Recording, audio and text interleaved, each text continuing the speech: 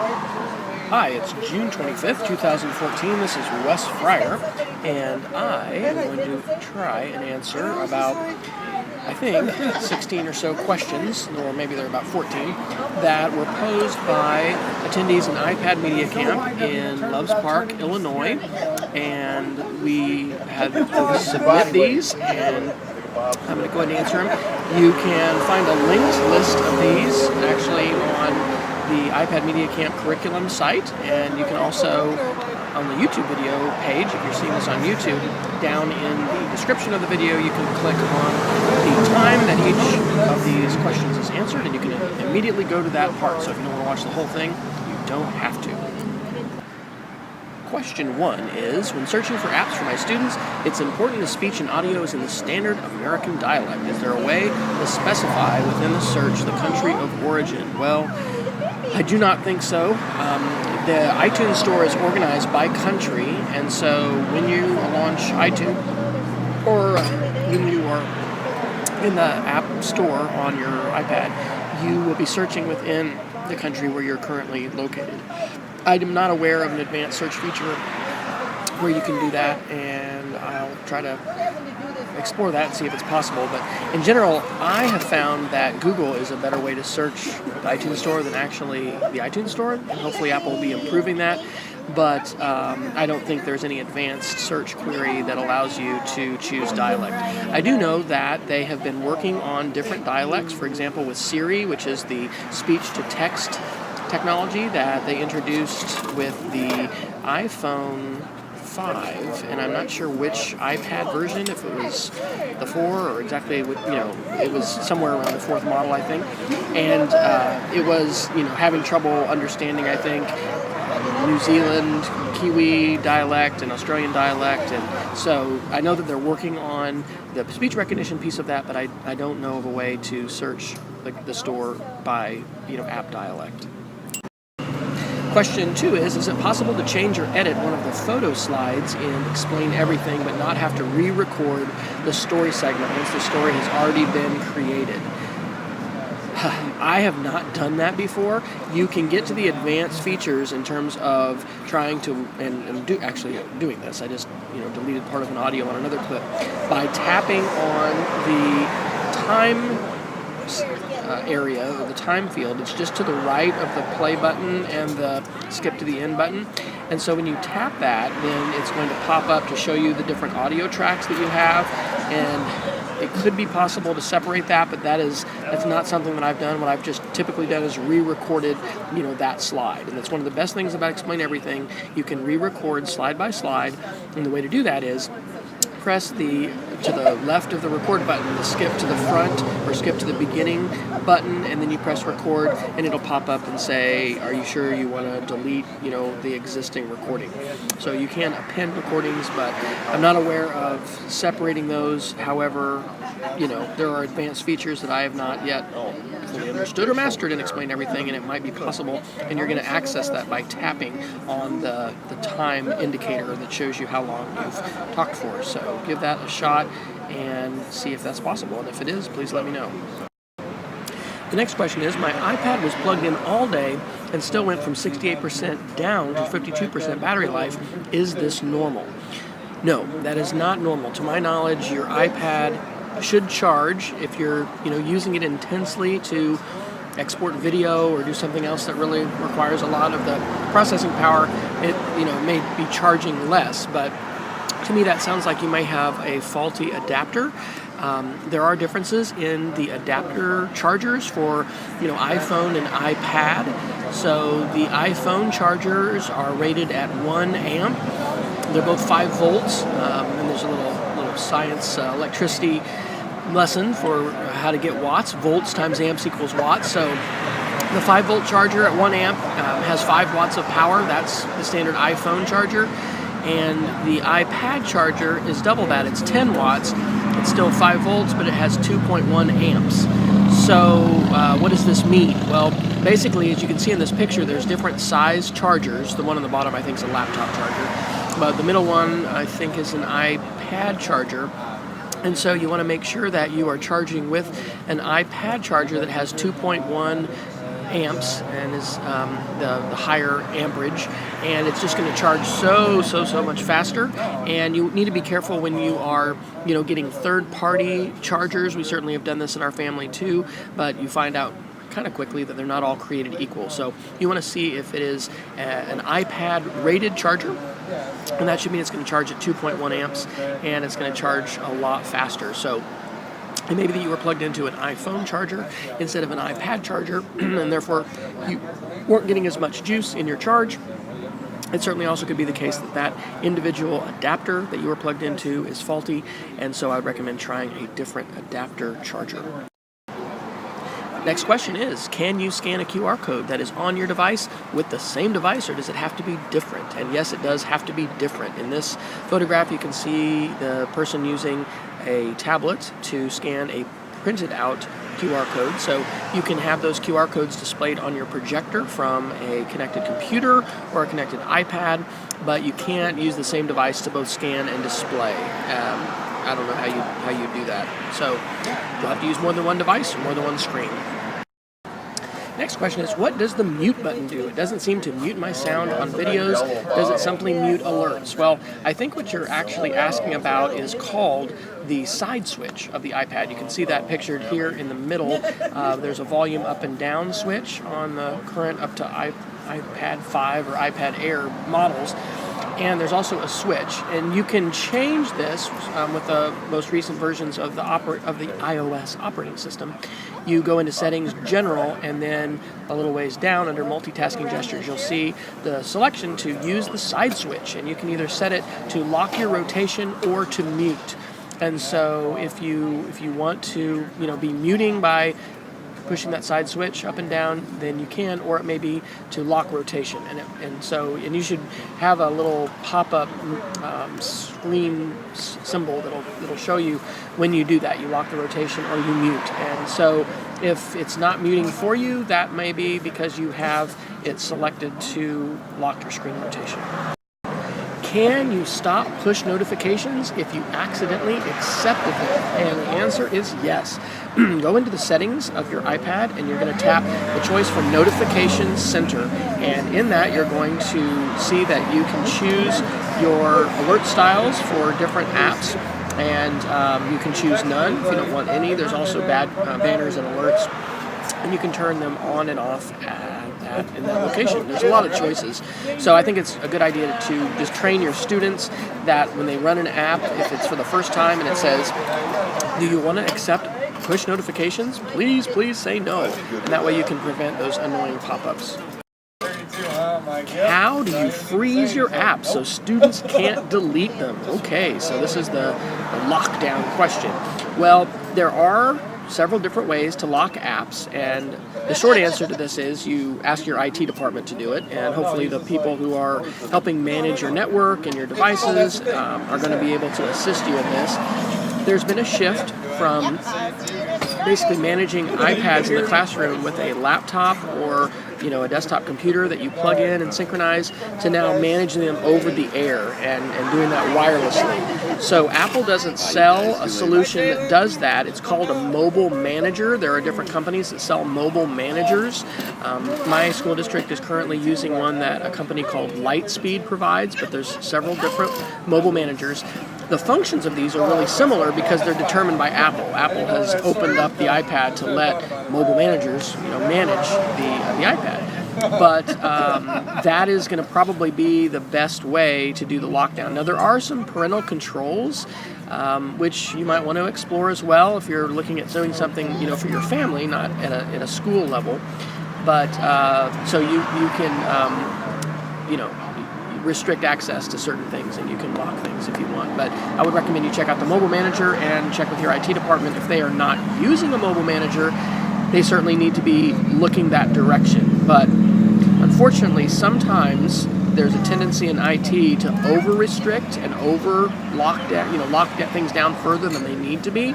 So I would really encourage you to definitely ask for and continue to plead, if they're not willing to do this, to let you have freedom to be able to manage your own classroom iPads. That means being able to install your own apps, being able to change settings, not having everything locked down.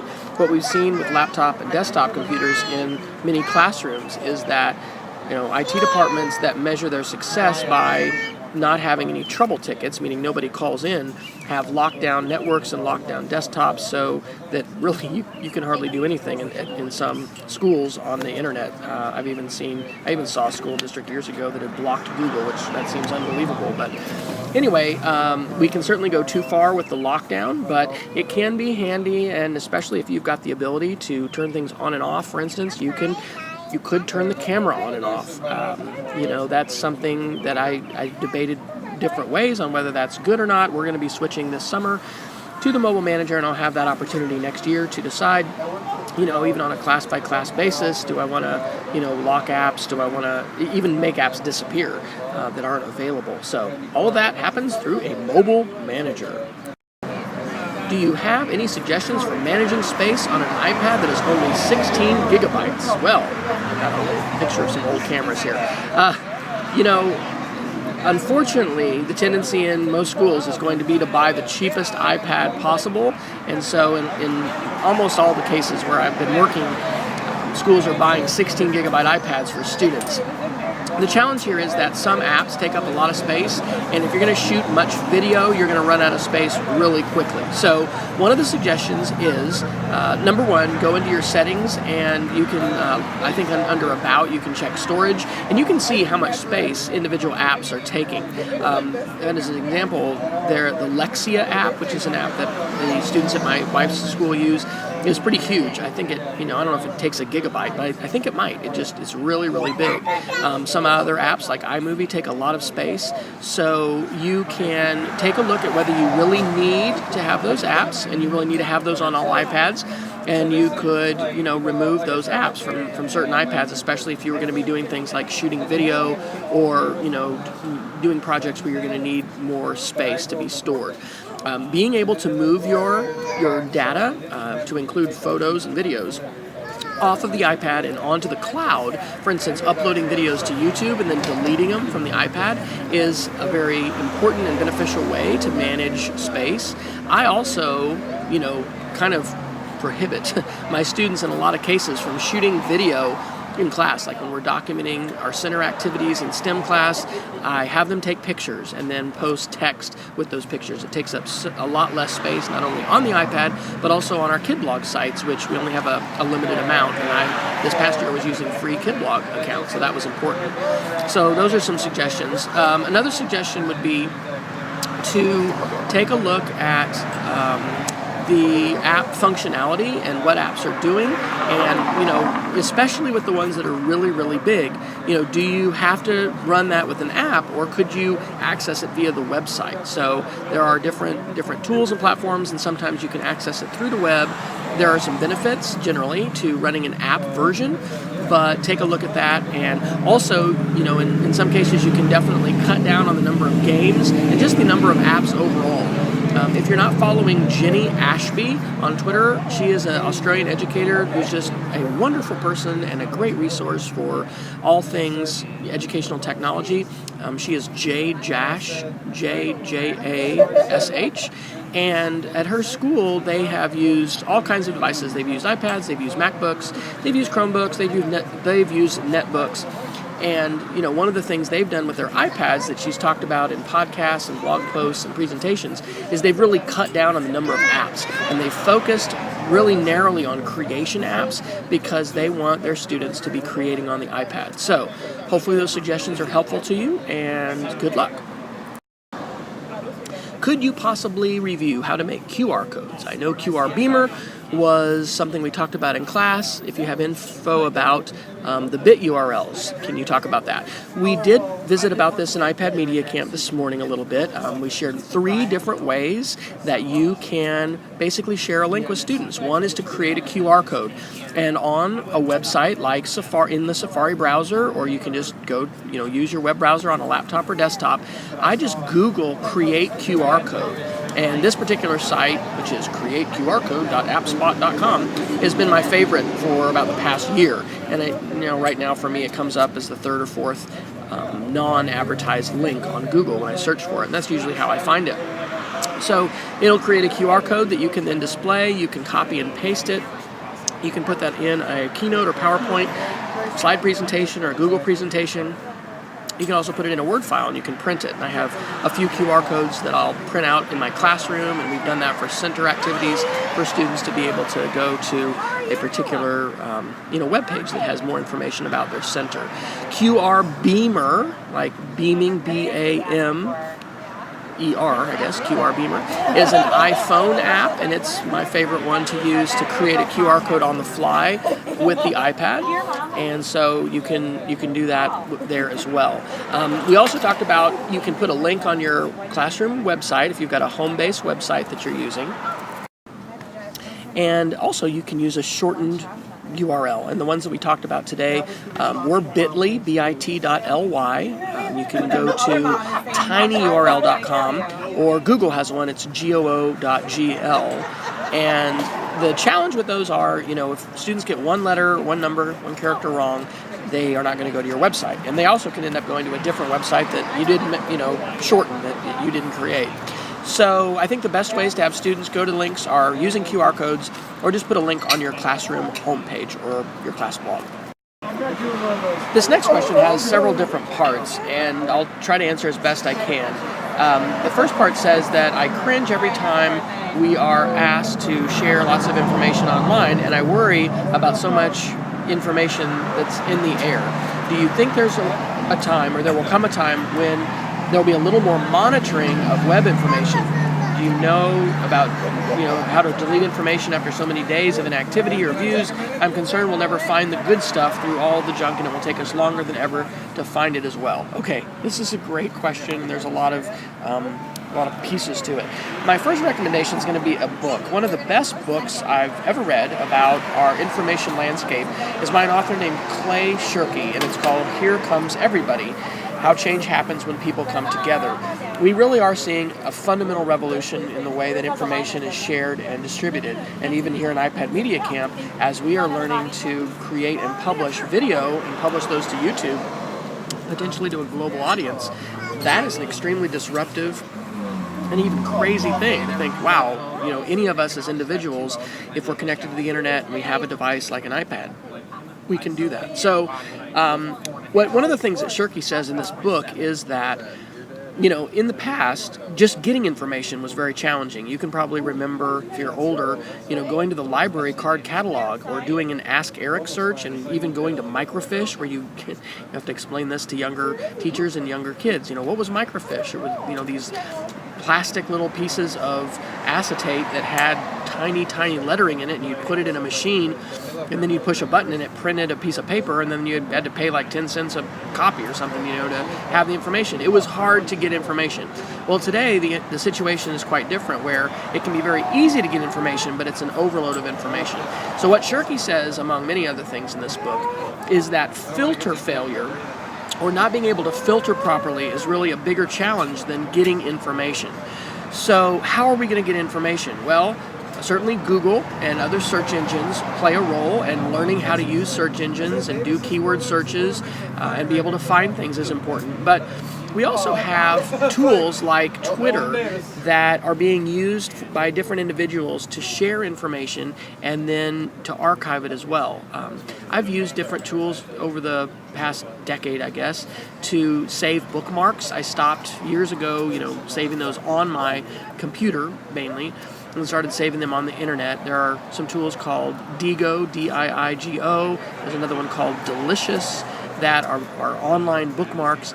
What I'm using now more than anything is I'm using actually Twitter. I'll share links on Twitter, and then I have an archive that I keep that's generated, where I can go back and search those. Not everybody's going to want to do that. So, it's not as important that you save a bookmark and you have every bookmark link that you've ever found, but can you find that link again? This is an enduring challenge that is going to come up again and again. So you can find those things through Google. I sometimes find them by searching on my own blog or my own Twitter account. You can use a bookmarking service and search your own bookmarks. But here's one of the most powerful things. Create a personal learning network. Use Twitter and follow different educators, and you can post questions. Today I did because we needed to know how do we rotate a video. One of our participants' groups on our paper slide video had accidentally shot it in portrait mode and not landscape mode. We were going to try to use the YouTube editor to rotate it. That didn't work. So I tweeted that out to my network, on Twitter, and then several people responded with some apps, including a free app that can do that. So the answer is not short. I think we're not going to have a day where there's less information. We're going, to continue, as far as I can see, and most people I read and follow will predict, where there's just more and more information. So it's important for us to develop filtering skills and for us to be able to have strategies that are effective to find information when we need it. The second part of this same question says, we are experimenting with so many cool apps that I start to lose track of how I will use them with my students, with curriculum and strategies. Is there a way to create a flow chart that starts with the teacher who's having trouble with their teaching and then flow it to the possible apps that might assist in those areas? Kind of like medical symptoms in a flow chart where each symptom connects you with a possible diagnosis and remedy.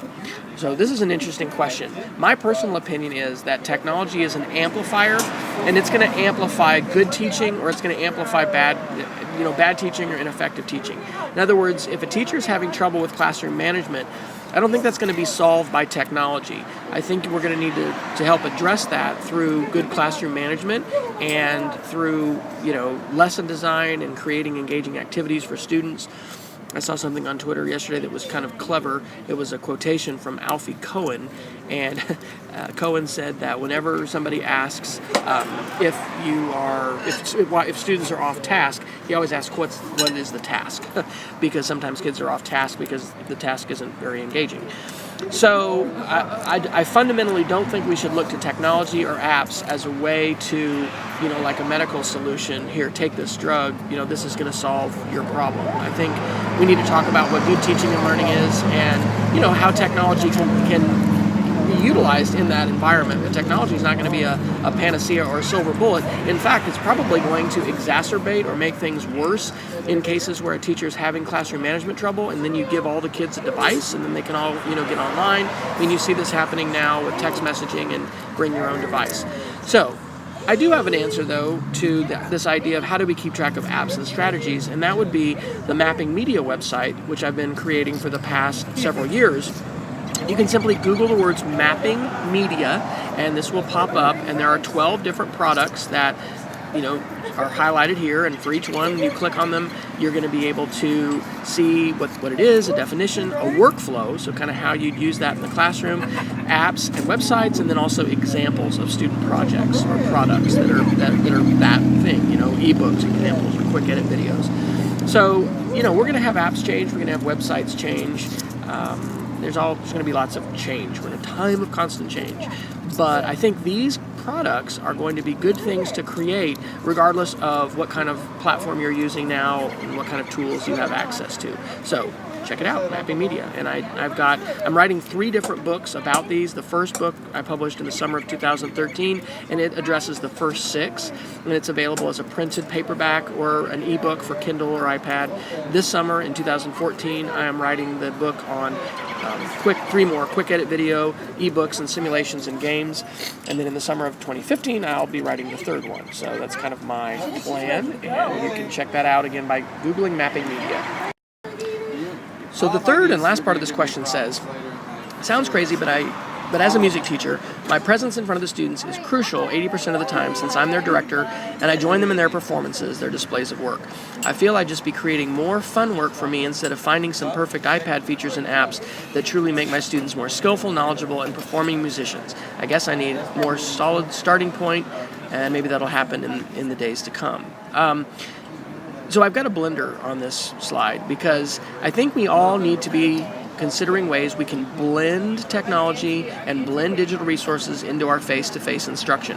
Now, sometimes, there are going to be folks who are teaching completely online in a completely virtual environment, but there are many opportunities that we certainly have in public school for face-to-face interaction and face-to-face learning. You don't have to think about technology as a replacement for what you do in the classroom. You can think about it as a supplement and ways. The thing I would encourage you to do is, how can it transform things for your students in terms of learning? How can it open up doors that aren't open today? For instance, with music, whether it's instrumental or it's vocal, are there ways that students could record their voices, that they could record themselves playing their instruments? Are there ways that students could use technology tools, to document their performance and be able to use that, let's say, in a portfolio of work? And I would point you to a wonderful educator, Kern Kelly. Kern is up in Maine, and Kern has been working with teachers at his school, and his high school specifically, on portfolios that include music.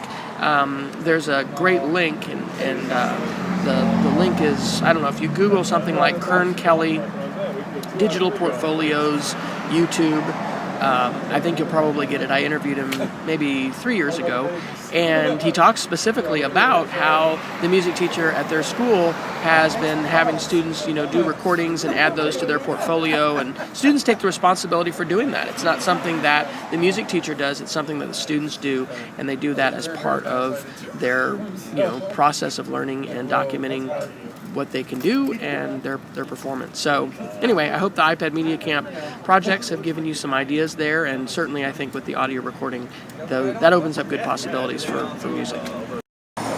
All right, well, we're getting close to being finished. This question is about Kidblog and Edmodo. The question is, I posted a Kidblog, and I'll ask this too, is Kidblog better than Edmodo? I've been using Edmodo for 2 years now, and I'm pretty comfortable with it. It seems that Kidblog is very similar.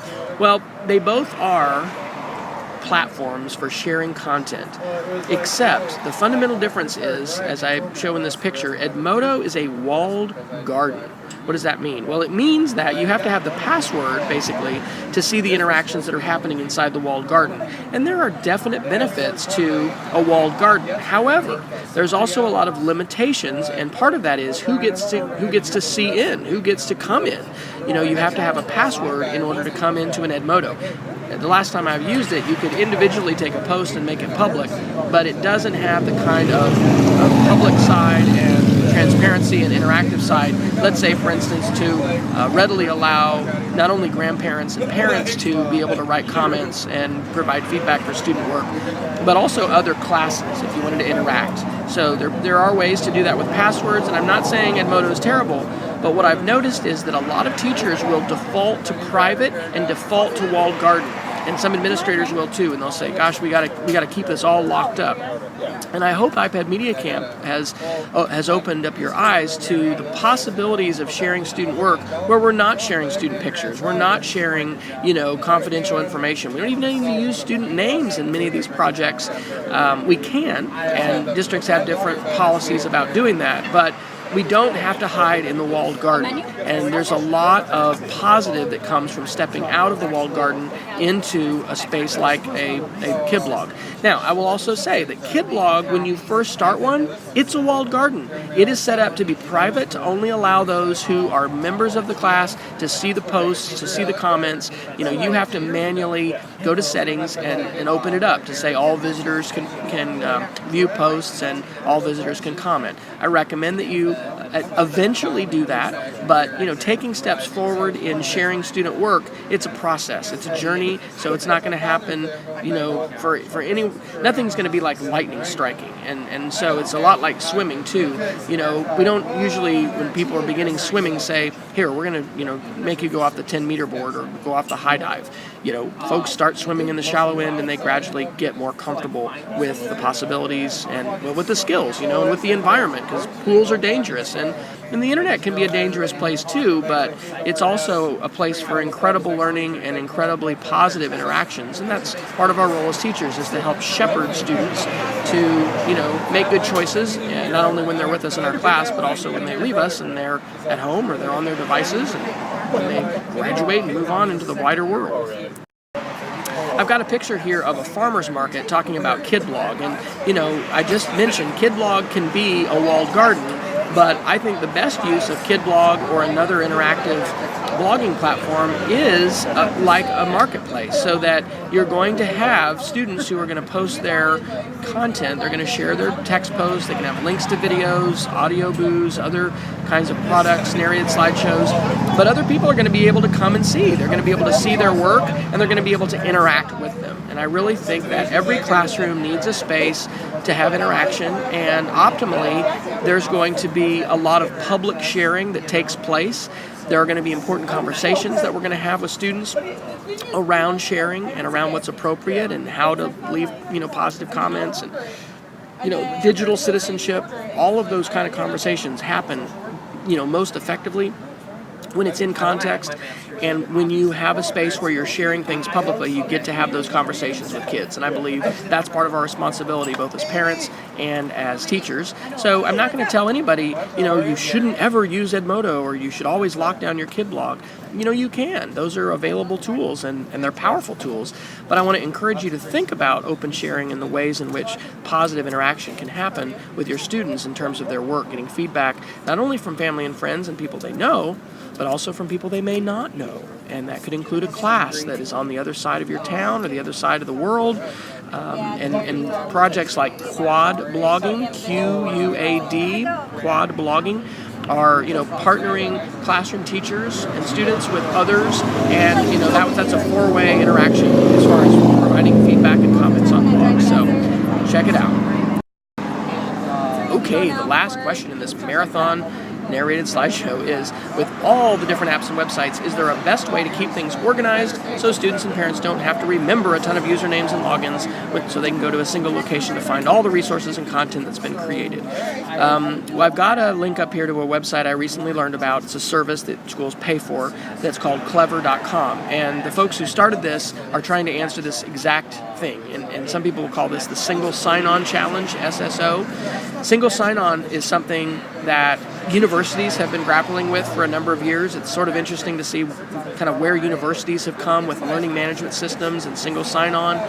It's not only easier from an individual standpoint to just have one login, it's also better from a security standpoint to just have one login. And so Clever is basically trying to provide a portal in a way that whatever web resource that you're going to access, students can log in with one username and password. Another way that this is being addressed is through Google, and so the Google login can be used in different places. For instance, with Kidblog, if your students have Google accounts, not only can they log into Google to get to their Google Drive or to get to YouTube, they can also log into Kidblog with that same Google account. So this is an important challenge. It's something that different companies are working on. The Google option is free to schools. I don't know how much Clever costs, and my school isn't using that. So one of the ways I address that is by importing the student usernames and passwords that we use in our student information system. So we use PowerSchool in our district, and one of the things that I learned how to do, and it'd be great as a classroom teacher if there's a helper in your district to do this for you, and I help teachers in our district do that for a couple years when I was serving as an instructional coach.